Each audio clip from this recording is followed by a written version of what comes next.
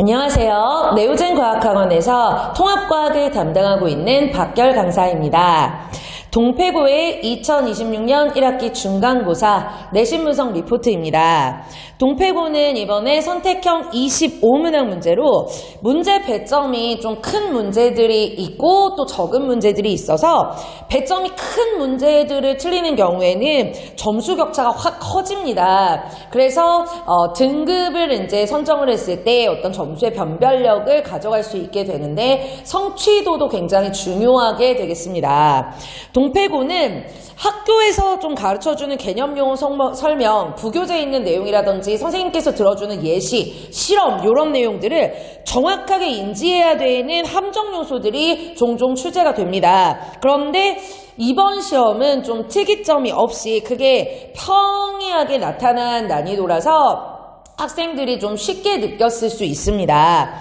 시험 범위도 화학 뒤쪽 파트에 지각과 생명체를 구성하는 물질이나 물질의 어떤 정기적 성질이 나오지를 않아서 좀 좁았습니다. 그런데 이제 이렇게 시험 범위가 좁게 되면 지역적으로 무언가를 설정하는 경우가 많아서 변별력 요소를 갖추게 되는데 문제 난이도도 크게 높지는 않다 보니까 1등급 컷이 확실하게 작년보다는 상승을 했습니다. 예년의 어떤 기조랑은 조금 다르게 난이도가 낮은 문제였습니다. 1단원이 7문제가 출제가 되었습니다. 타 학교와 비슷한 비중으로 출제가 되었는데요. 타 파트보다는 제시 내용이 좀 많이 길어서 문장을 이렇게 긴 문장을 읽기 싫어하는 귀찮은 친구들은 좀 끝까지 안 읽어서 헷갈려서 틀릴 수가 있습니다. 문장을 하나하나 꼼꼼하게 잘 읽고 풀어야 합니다.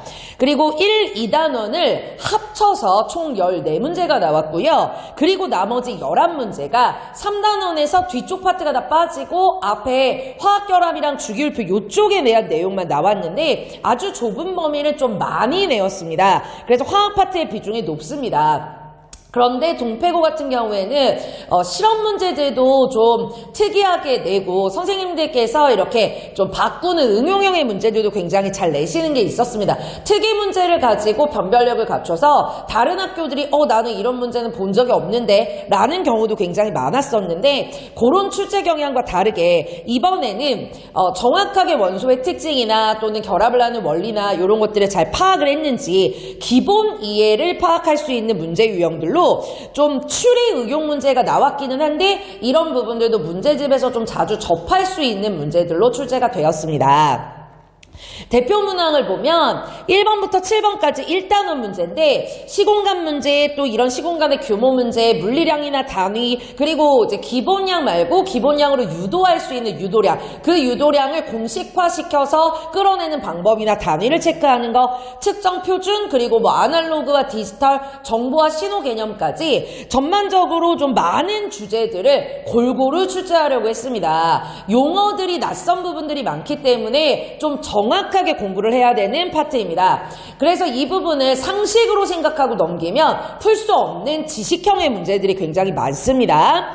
그리고 5번 단위 유도 문제나 6번 선지에서 정보나 신호의 개념은 완벽하게 다르거든요. 근데 이제 정보를 신호를 정보로 서로 헷갈리게 용어 개념을 가지고 있는 경우에는 틀릴 수가 있는 문제였습니다. 그래서 이 부분이 이 파트의 킬러로 작용할 수 있었습니다. 동패고 같은 경우에는 이렇게 용어 개념으로 함정을 파는 경우가 굉장히 많기 때문에 타 학교랑 답이 기준에 따라 달라질 수도 있기 때문에 학교 선생님 설명을 꼭 정확하게 꼼꼼하게 들어두어야 합니다. 8번부터 14번까지 우주 탄생 그리고 원소의 기원 문제들이었습니다. 이런 문제들을 낼 때는 우주가 이렇게 발전해가는 어떤 과정이라든지 입자가 형성되어가는 과정이라든지 별의 진화 과정이라든지 이런 과정, 순서 그리고 그 순서 각 단계마다 가지고 있는 여러 가지 특징들 이런 것들을 이제 문제를 출제를 잘 하십니다. 근데 암기 내용이 워낙에 많다 보니까 학생들이 헷갈려하는데 이번에는 기본적인 원리와 그 과정 그리고 단계에서 딱딱 필요한 포인트 내용들만 알고 있어도 충분히 풀 수 있는 암기 문제로 출제가 되었습니다. 15번에서 25번까지가 남은 문제가 모두 화학 파트 문제입니다. 16번, 18번, 그리고 20번 문제가 이온의 특징 그리고 주기율표의 어떤 유추형 문제들입니다. 이런 것들이 변별력으로 자주 출제가 됩니다. 어떤 원소인지를 정확하게 주지 않고 그 원소가 이 주기율표에 어떻게 들어갈 것인지 조건에 맞추어서 추리하는 문제들이 변별력이 가장 높은 문제들인데 요거를 난이도를 훨씬 더 심화시키지는 않고 중상 정도의 난이도로 출제를 하였습니다. 그리고 15번 같은 경우가 타학교에는 좀 이제 안 보이는 문제 유형입니다. 벤다이어그램 문제, 집합의 어떤 기호를 활용을 해서 교집합을 가지고 특징들을 분류를 해야 되는 문제였습니다. 그런데 이제 그 집합 요소가 될 수 있는 이 집합의 기준으로 이들을 분류를 할 수 있는 기준을 잡아라 의 문제였는데 원소가 추리하는 원소가 아니라 어떤 뭐 몇 주기에 몇 번이다 뭐 이런 거를 주지를 않고 정확하게 제시가 3가지의 원소가 주어졌기 때문에 추리가 조금 그래도 쉬웠던 암기 응용형의 문제라고 볼 수가 있습니다. 전반적으로 화학에 암기가 굉장히 강조된 문제들이 많습니다.